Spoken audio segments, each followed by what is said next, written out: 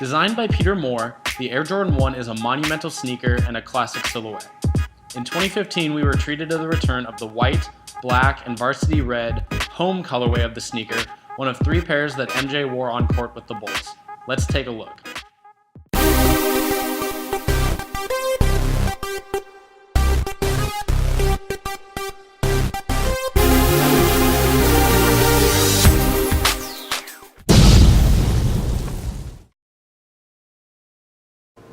Hey all, what is up? Reese here, and I'm finally back with another new sneaker pickup video. And we'll keep this one a little shorter. I'm going to do more of just like a quick look here, just because this is a pair that, even though it's new to me, has actually been out for more than a year, and I'm sure you've all seen plenty of videos and reviews on these. But what we're looking at is the Air Jordan 1 Retro High OG in white, black, and varsity red. These released on May 30th, 2015, with a retail price of $160. This is one of the 3 original colorways of the Air Jordan 1 that Michael Jordan wore on court with the Bulls.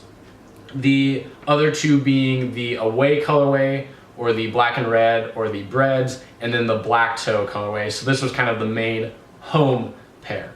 As far as this particular colorway is concerned, we've seen a couple different retro releases throughout the years. You had the 1994 retro, which was actually the very first time an Air Jordan shoe was re-released.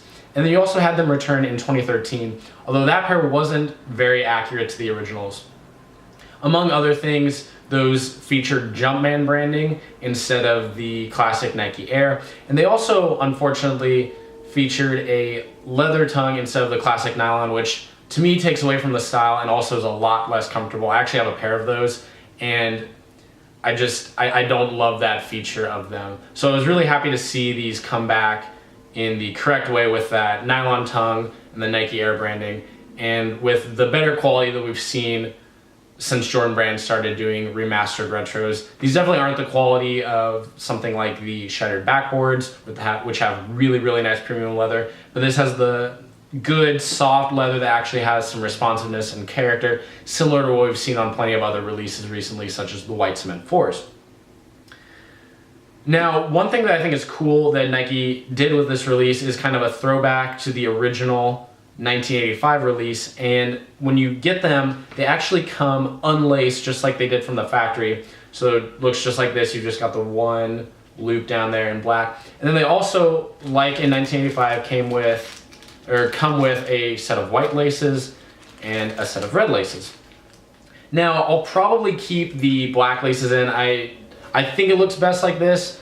I'm a little torn. I think the white looks really good too, but this is also the most common way you see pictures of Michael Jordan wearing them.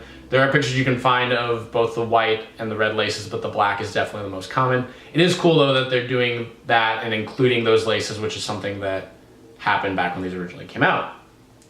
Now, as far as wearability and comfort and everything goes with these, to me this has always been just a really classic, kind of timeless silhouette. I have more Air Jordan 1s than I have any other sneaker silhouette, and it's just they go with a lot of things. They're very versatile. They're fairly comfortable casually. Obviously, they don't stack up at all on the court anymore. They weren't even like amazing performance-wise when they first came out, but you've basically got an all-leather upper aside from that nylon tongue, and then for the midsole, the cushioning, you've got a foam up front under your forefoot and then an encapsulated air unit back in the heel. Again, nothing groundbreaking, but it does its job well for casual wearing. Now, like I mentioned earlier, these came out in May of 2015 and we're sitting here in August of 2016. So I waited a while to pick these up, and I tried to get them at the time that they came out. I tried both locally and online, and I struck out both places. And right away, the reseller prices for these were pretty high. So I wasn't super excited about paying that. I kind of waited, watched the market. There was, fluctuation throughout the past year, but nothing too crazy. And so I finally ended up deciding I really wanted a pair, and I figured it made sense to do now because I could kind of use it as a way to celebrate the fact that I graduate from the University of Nebraska-Lincoln tomorrow. I'll be getting my bachelor's degree in computer engineering, and that's obviously a really exciting and really important milestone for me. And so it fit well with this pair just because, like I said, I'm graduating from the University of Nebraska. Our main color is red, go big red, and along with that, we feature a lot of white and black on our uniforms. So this is actually kind of perfect Nebraska shoe. So I'll actually be wearing these at commencement tomorrow. And it was just something where, as Tom Haverford on Parks and Rec would say, sometimes you just gotta treat yourself. Anyway, that about wraps up. Like I said, we won't do the close-up view just because it's a simple shoe. You've seen it before.